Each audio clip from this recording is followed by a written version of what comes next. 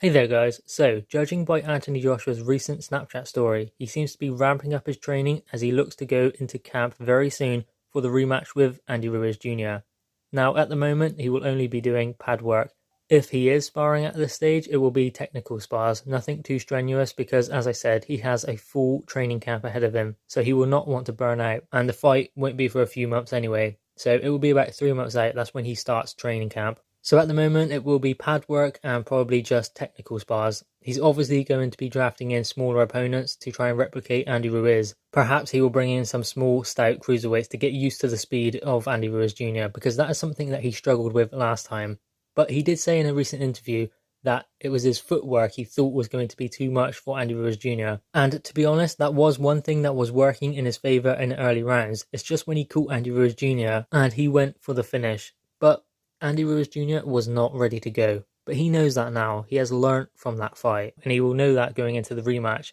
But before that, Anthony Joshua was using his feet, and he was keeping Andy Ruiz Jr. away and not allowing him to get on the inside. It was just when he got hurt, his feet weren't there, his legs went stiff, and he could not use his feet in order to get out of range. He just backed up in straight lines, and Andy Ruiz Jr. just followed him.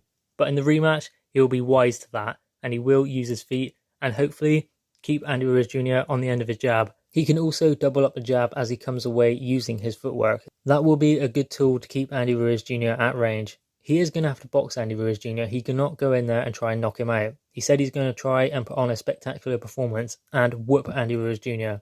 That's not the mentality he needs. He needs to box him. And if the stoppage comes, it comes. But if he has to box to a 12-round decision, then so be it. That is what he must do. He said the ultimate goal is to get those belts back. And if he is to do that, he needs to box Andy Ruiz Jr., keep him on the end of the jab, use his feet, because Andy Ruiz Jr., he's a smaller opponent, he's a lot fatter, no offense to him, he's 19 stone though, so he is overweight. So I guarantee you his feet won't be as fast as his hands. So Anthony Joshua can exploit that. That's one thing he does have in his locker. Anthony Joshua does have good footwork and good positioning. He has to just put those things together. He was doing it in the first 2 rounds, but he said in the first fight, he heard booing in the second round.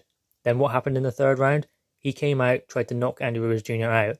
He came close, but he just rushed in when he thought he had Andy Ruiz Jr. hurt and out of there. And he wasn't ready to go yet. And that's just another thing that Anthony Joshua will have to work on and learn from also. He should have learnt from the Vladimir Klitschko fight, but no matter, he will have learnt this time. Taking a loss is not all that much, especially when you have a rematch clause and you can go straight back in there and win your belts back, which I predict Anthony Joshua will do, especially if he sticks to a game plan using his feet, doubling up the jab, and not allowing Andy Ruiz Jr. to get on the inside, not allowing him to get close. Don't trade with him. That's what Anthony Joshua must not do. Keep him on the end of the jab, try and land something significant as he comes in.